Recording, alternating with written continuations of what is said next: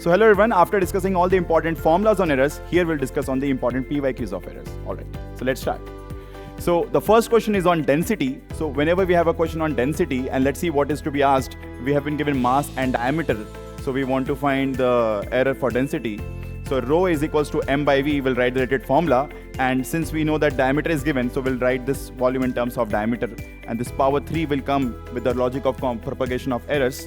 Putting the expression, we know del m by m is 6% and 1.5% for this diameter. The answer will be 10.5. Comparing with x by 100, we'll get the value of x. So going with the next question, there's a question on simple pendulum. So write the related formula. And least count is also supposed to be said as error. So we want to find a determination of g. So we want to determine the error in g. So del g by g into 100 is del l by l into 100.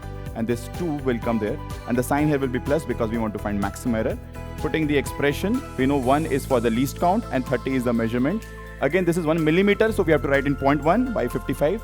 This will solve and get the answer as 6.8%. Going with the next question, particularly this type of question, we can straight away go for either taking log or go for differentiation. And we know the value of dv is given to be plus minus 0.01. Putting the expression, we'll get the value of di as this. Going for the next question, when R1, R2 has been given, this is the error, mean absolute error, this is mean absolute error. We want to find in parallel combination for the equivalent. Just get the R equivalent there, go for differentiation of this expression, put the delta R1, delta R2 as been mentioned there, and we'll get the answer. Going with the next question, this is a very standard question when Z is given as an expression and the error of each of the constituent has been given. All that with the power will be coming down here, and when we solve it, we'll get the answer as 14.5%. Thank you so much.